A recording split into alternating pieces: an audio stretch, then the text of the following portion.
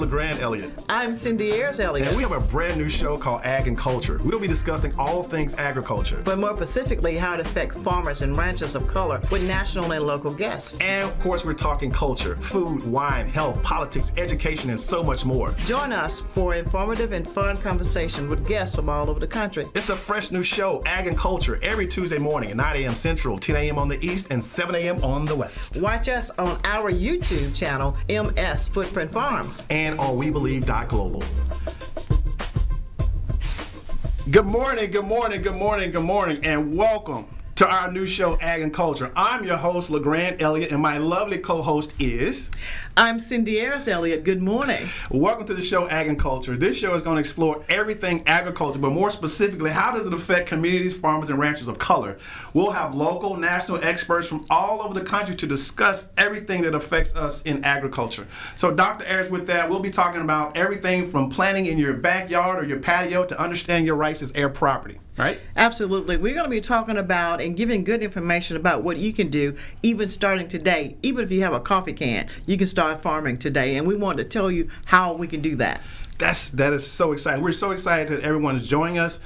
We wanted to give something new, something fresh, and we really want to talk from a agriculture diaspora. We really want to dive into air property. We want to dive into how do I eat more healthier. We want to look at all of those things. Of course, we're going to talk culture. We're going to talk health. Talk food, education, music, politics, and we're going to really boil all that stuff down and see how it actually comes back to agriculture. So we're excited, but our show, we want to make sure that it's very interactive. We don't want to just sit here and watch us talk and look nice on set, right? We want this to be very educational. We want people to really get into it. We want to actually, you guys give us calls. We can reach us out on Facebook. We should be live. What's up, everybody? We're live. What's going on? We are. Hello. Facebook is Footprint Farms. Instagram is Footprint Farms as well. Hit us on the website, footprintfarmsms.com. Absolutely. That's our website. You can go into footprintfarmms.com and see everything that we're doing from our website. But you can also go into YouTube, go into Instagram, and you can actually see some of the things we've been doing over these last 10 years on Instagram. Absolutely. And if you're old school like I am, you can call us at 800-492-5186 if you're not too slick on the social media. But also, you can also reach us locally on the farm, 601-910-5534. We'll have more information on when our farmers markets are open, when we'll be back at the farmers market, and when you can come out to the farm. But also, more importantly, please subscribe to our new YouTube channel, MS Footprint Farms. This is one of our first of many episodes. We're so excited about 2022. We are. And I couldn't think of a better guest to start this show off with than none other than my co-host, founder, president of Footprint Farms, a beautiful 68-acre farm located in the heart of West Jackson, Mississippi, none other than Dr. Cindy Ayers-ELLIOTT. Okay, LeGrand, you're being very nice. He usually calls me Mom, but in this case, he's LeGrand. So listen, we're excited about this show and about what we're doing right here in our city of Jackson. Sure. You know, Footprint Farms is a staple, and we want it to be more than it's ever been before because we want more people to know about Footprint Farm, what's there, and our mission. And our mission is to bring access to local healthy foods, right. And everyone can come in to eat healthy and on a budget. So right. We're excited about that and what we're doing. Very exciting stuff. And said, I don't know if you're there in the control room, can you bring up a picture of Dr. Ayers, just that beautiful drone shot we have of a farm? You know what? Oh, that's beautiful. That's it. And that's our 68 acres. Most of it you can see, LeGrand, with our high tunnels that we do a lot of growing in. Of course, you can't see our ag center, which is on the side by itself. Our lake is on the back. You can't see our cows yet, but you will. They're around, they're roaming. But this is what we do. And we've been here for since 1994 as far as having the land, but only since 2010 for actually farming. So let me stop you right there. Okay. And that's what we want to get into. You've had this beautiful property, since the 90s. Yes. And you decided to get into farming in 2010. And just full disclosure for everyone, I thought my mom was a little bit off her rocker a little bit when you go from being, someone, a C-suite executive person doing Wall Street banking to one day you want to start a farm in 2010. So tell me, what was that morning like when you woke up and said, you know what, I want to start farming? Well, you know, after 9/11, life changed for a lot of people, including us, and with me and so many other friends. Yes. And when I came back home full time, I was determined not to go back to the life. We've had so much fun as an investment banker. We actually traveled the world. We worked with a lot of farmers, a lot of cultural good friends that we've made throughout these years. But you know what? I clicked the heels, and there's no place like home. So when I got back in, I said, what can I do? Everybody's doing such great work. You know, where can I fit in? And for us, it was looking at economics, which is what I know, doing and how do we develop. I've helped other countries and people do a lot of great things for their communities. Why not for my own? So Footprint Farms started to evolve into where we are today. So the name, Footprint, very interesting name, very interesting how you came up with that name. So just share with the listeners and our subscribers exactly how did you come up with that name, Footprint Farms? Well, you know, when you were tossing names around what fit, nothing would stick except that. Because, listen, I knew nothing about farming, the physical farming. I knew a lot about policies, and I knew a lot about how do you get people to do some different things, but never about actually working in the soil. So I was looking at what am I going to do, and all at once it just, you know how it just comes and said this is the right one. Because you know, when you think about the poem Footprint or how the biblical piece is that, you know, you said, why did you forsake me? And the good Lord said, I did not forsake you because you saw the footprints on the sand. Oh, wow. He says, but they said, well, I only see one set. He says, at that time, I was carrying you. So I feel like we're being carried now. Wow. And those footprints are not miles in the sand. But we're here to help stand on those shoulders of our ancestors and of our sheroes and heroes to do what we need to do and to make a difference. And right now, that is our mission. How can we honor our ancestors? How can we bring economic development? How can we make this a better place, healthier place? Because when we look at what's happening right now with us as a people, and our children as being a diabetic or looking at hypertension and blood pressure, we need to look at what's causing this and how do we do things differently. Right.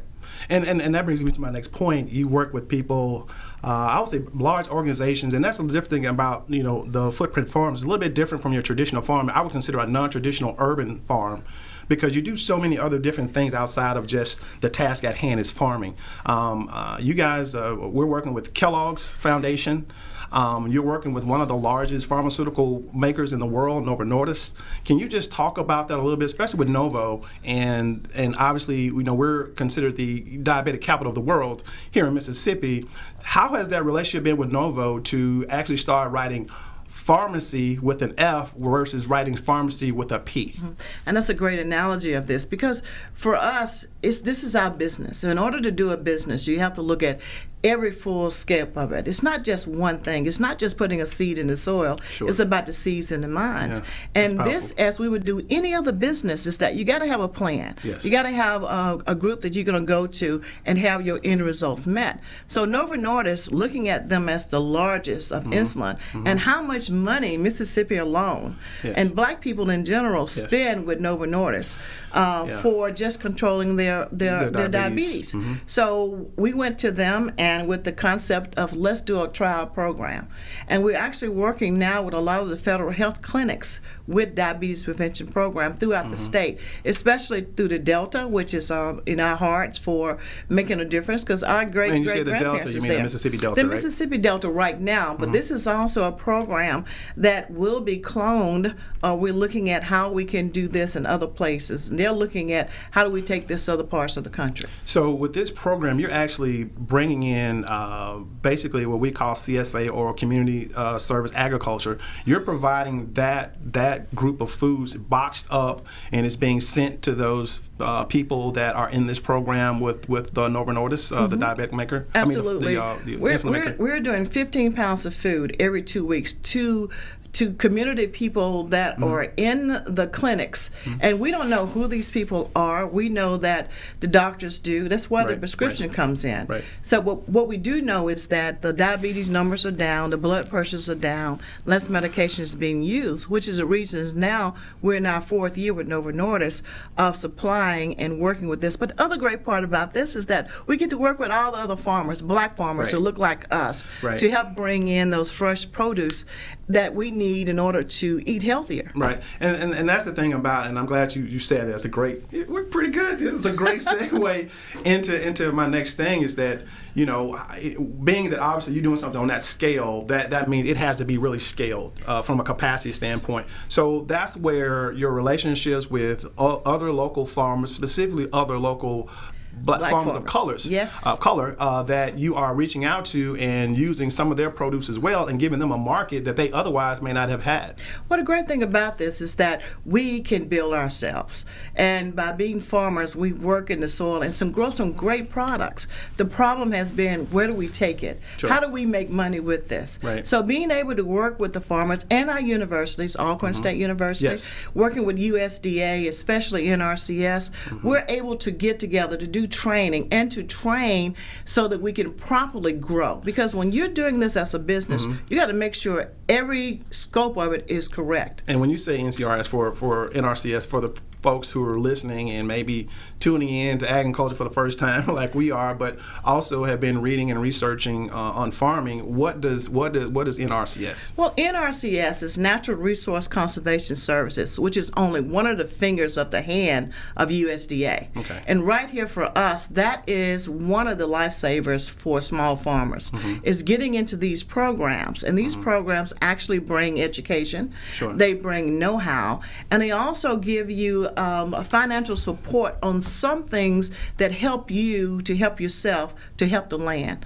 NRCS is all about taking care of the earth, and we have to be good stewards, even in growing food, to the earth, to make sure that it's here for the next generation. Yes. So for us to be able to work with these type of organizations, with our universities, our ag universities, and to bring this in is a part of it. Now, for a lot of our traditional farmers, older farmers who've been farming a whole lot longer than I have, we do things a little differently, but we're also bringing that new wave of what we can do to make farming, first of all, economically feasible, Sure. financially, Sure. but also to bring in more new farmers, young farmers, Yeah. and for them to actually make a living and a career with that.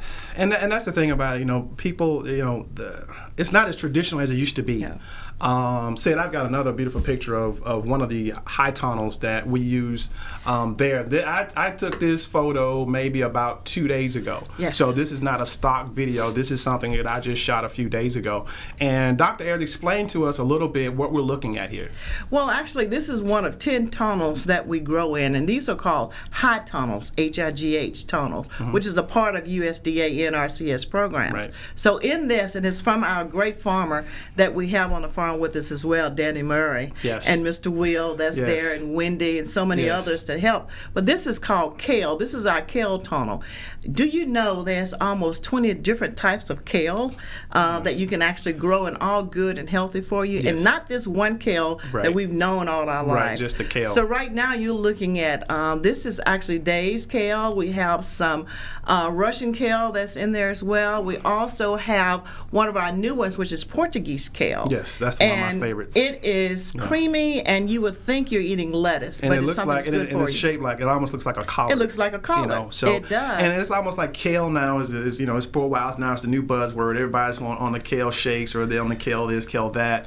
But the whole point of it, I'm like, good, run with that, right? Because we need to inspire to be healthier, and I love it that people are getting really so into it, and that farming and food has become sexy. It's a thing now. It is, and the thing about this, it's great for our palate. It Yes. tastes good. Yes, it does. It reminds us of our traditional greens of turnips Yes. and collards. So Right. this is another part, but that's one of 10. We also have other tunnels that we're growing: Swiss chard, spinach, lettuce.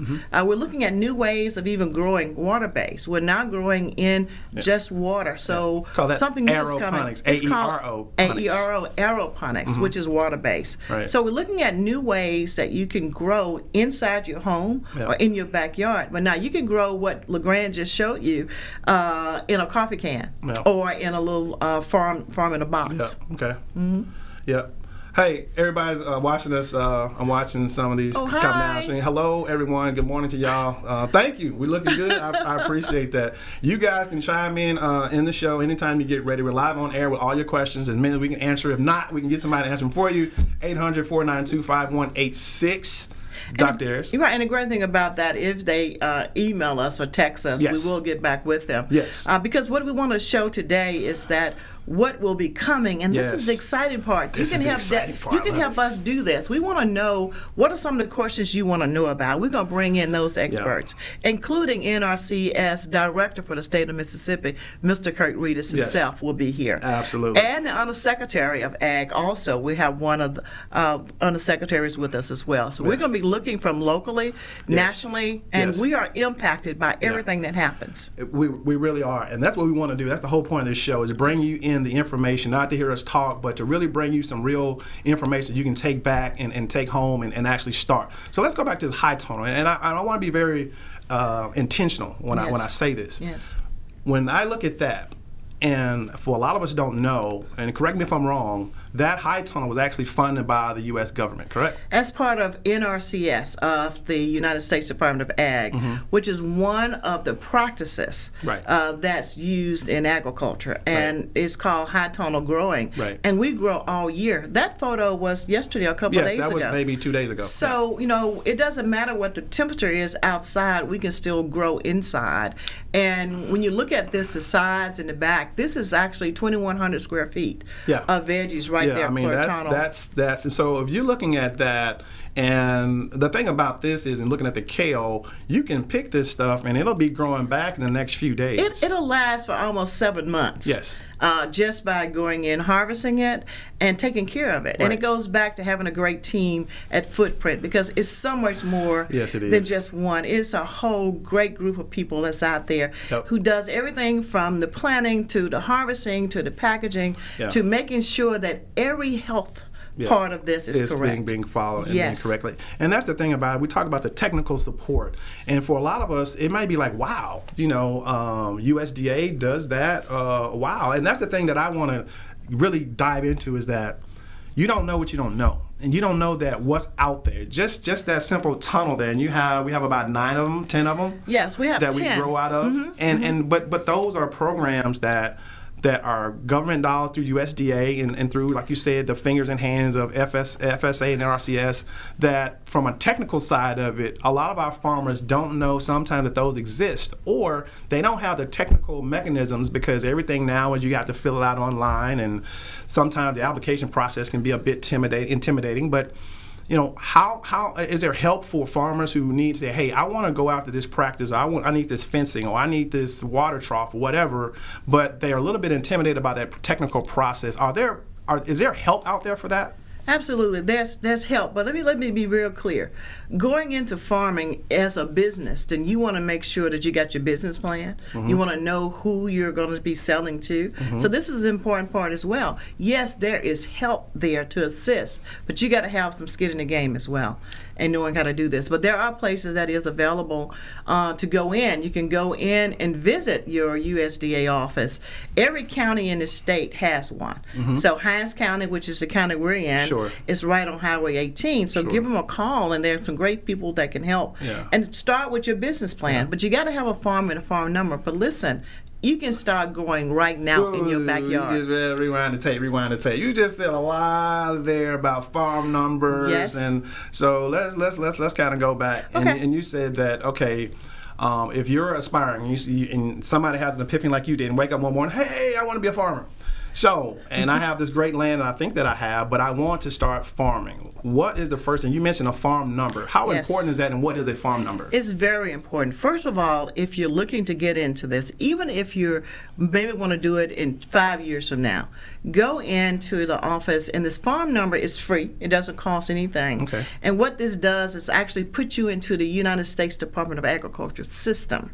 That you have land, either own or leasing of land, that you actually can put into practice. So you don't have to physically, you can lease the land, you don't necessarily have to outright own it in order to get a farm number. Absolutely. You just got to have access or control of that particular size. For instance, with Footprint Farms, a lot of the tunnels that you see are all part of our farmers that we work together in our cooperative on. So some of those tunnels there belong to different farmers Correct. that's on the farm that we're working at uniform together under Footprint Farms. So this is another part of how you do partnership, how you take the land and help the community make an impact. So some of my farmers there don't have tunnels yet. They hopefully will when they're ready.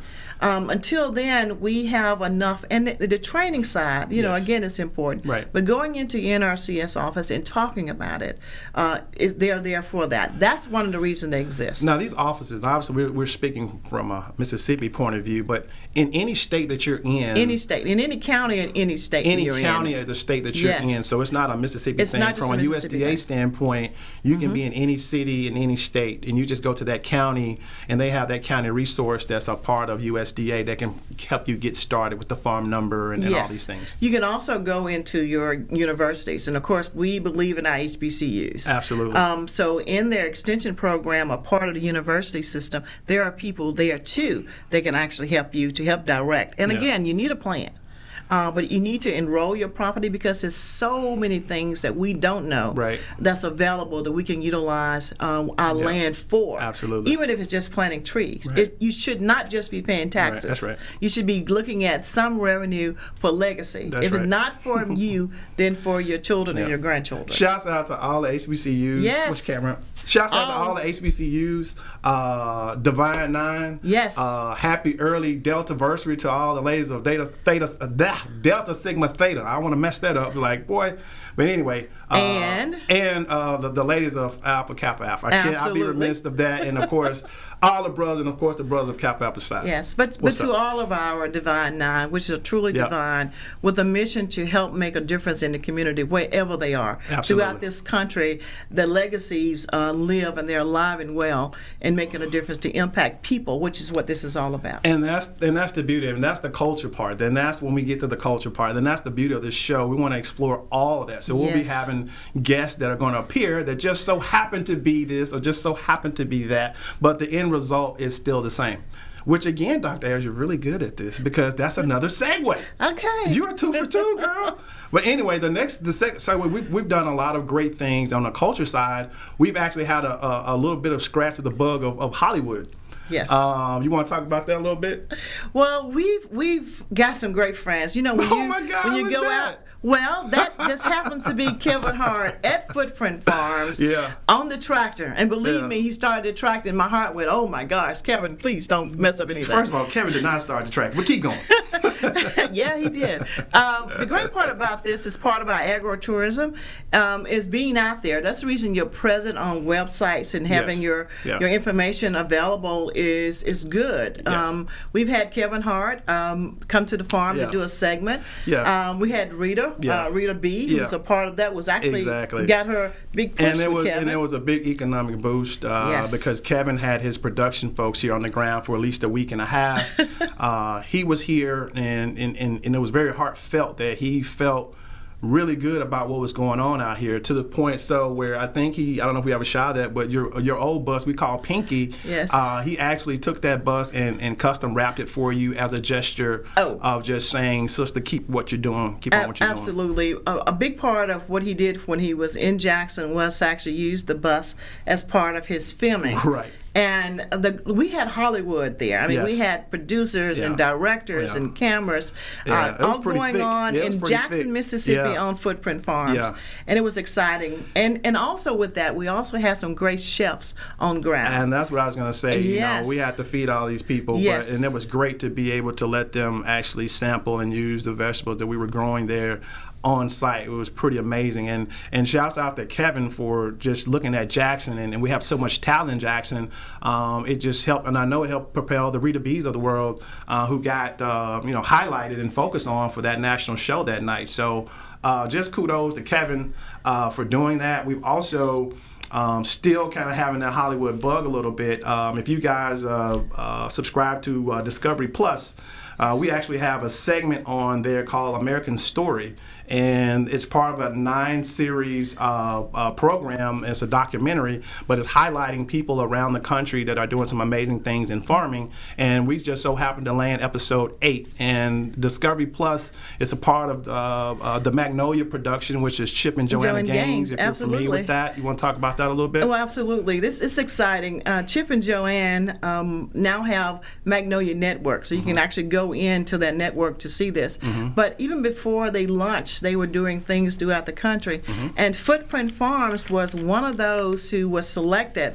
And if you go into Discovery Plus, and we're Series 7, but it is the American Story, and it actually talks about and it highlights the farm, every aspect that we do, and we're excited to be a part of that. Dr. Adam actually be like Puff Daddy and turn your headphones up a little bit. Oh my goodness. I think we got some callers. Exciting. I think our producer's been waiting at me like, dude, what are you doing? No, we have some callers. We're glad we have some callers.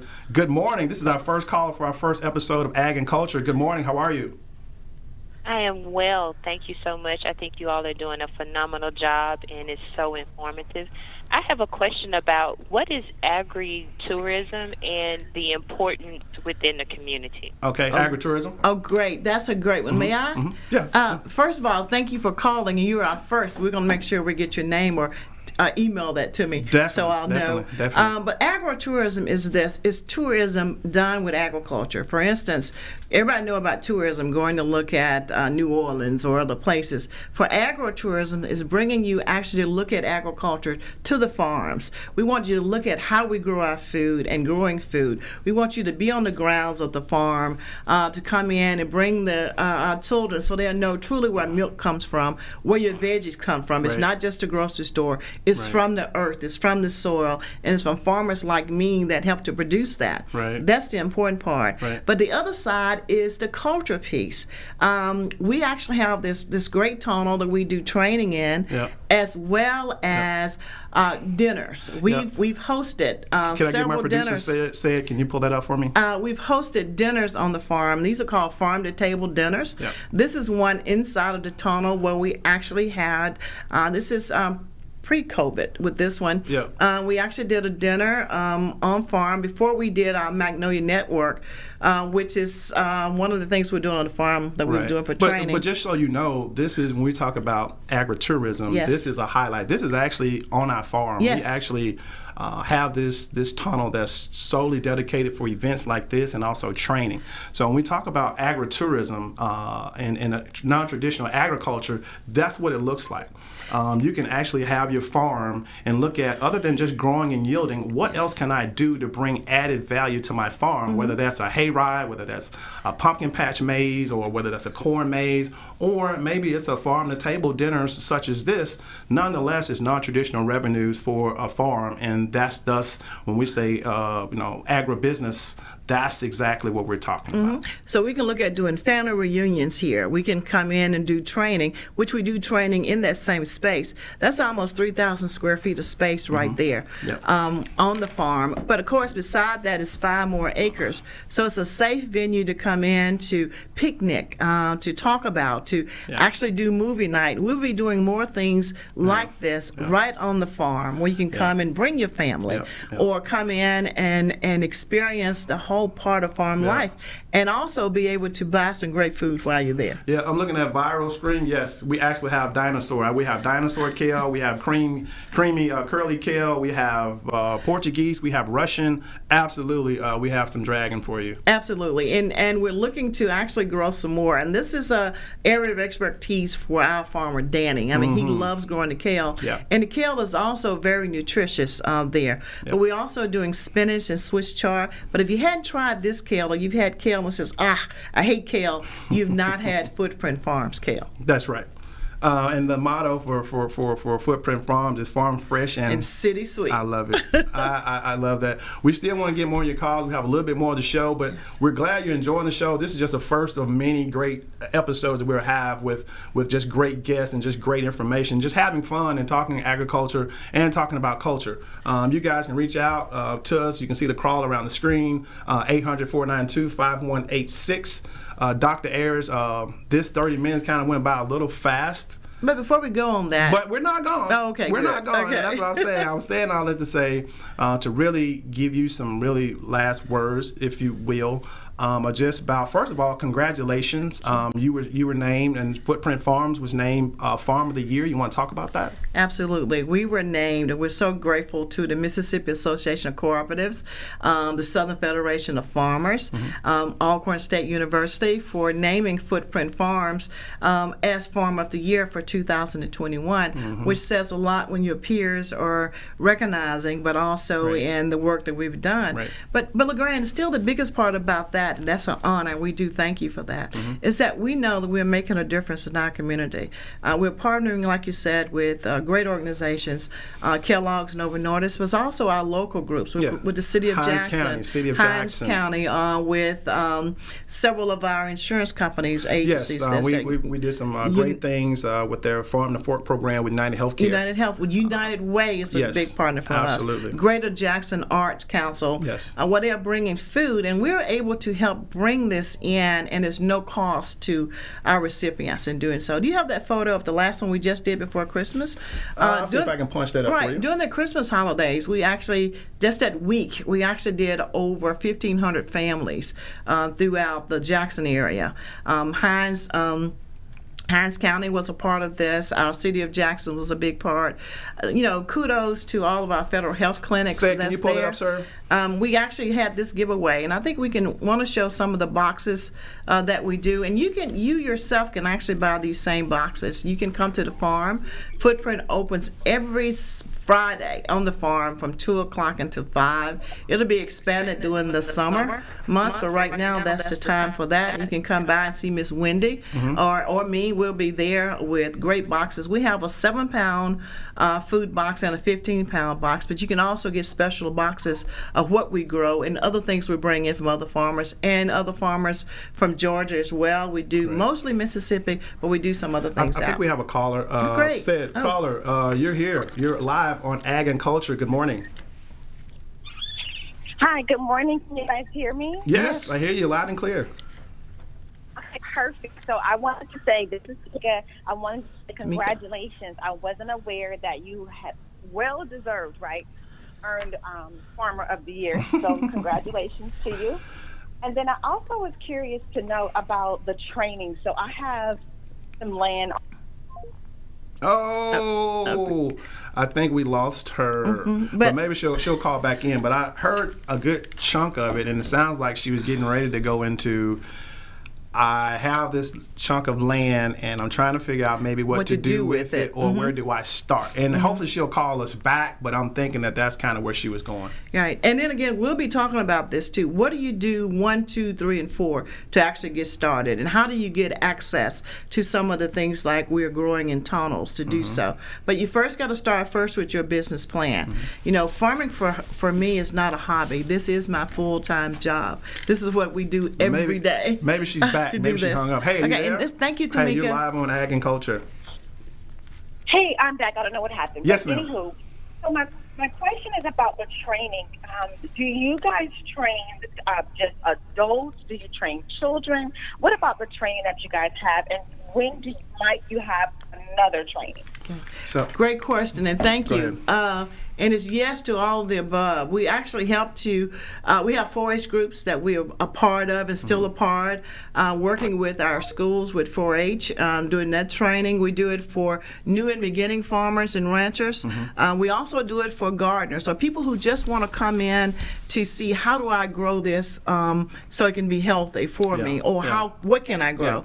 But we do a lot of this, and a lot of our training comes from funding from USDA and Kellogg's and different organizations that we're affiliated with. So we do all type of farming, and bringing in experts to talk about the programs as well as the farmers, even to the equipment, how to operate equipment. What do you do, and when do you use it? And the good thing about agriculture, and we like to specialize in urban agriculture, we want them from 3 years old, because each one teach one. The younger we can start them, the better. But no, it's for adults and kids as well. As a matter of fact, we're working with NRCS right now on a grant that we were funded for this year, that we're solely working with high school age students to basically show them the multiple careers that agriculture has to offer, not just your traditional farming operational side of it, but we're also looking at drone agriculture. We're looking at being an accountant or CPA within the Department of Agriculture, research scientist in agriculture, veterinarian in agriculture. So we're actually are trying to parade this grant, and hopefully this funding will keep going, but we really want to instill and let our kids and our young folk know that there's so much more to agriculture than just farming, and we want to make sure that they have a seat at the table when it's all said and done, and they are equipped and they can go to, our agriculture mechanical HBCUs. Absolutely. And really have a career in agriculture and to get kids excited about it. So I think the best way to get them excited is to meet them where they are. And right now, high school, where you're in that vulnerable state where you don't necessarily know what you want to do, and I think no one has really put agriculture out there as a career. As a career. Other than just, you having some cattle or you having, some row crops or something like that. Absolutely. So when you look at different places, policies, attorneys, everything you can think of that we do every day is in ag.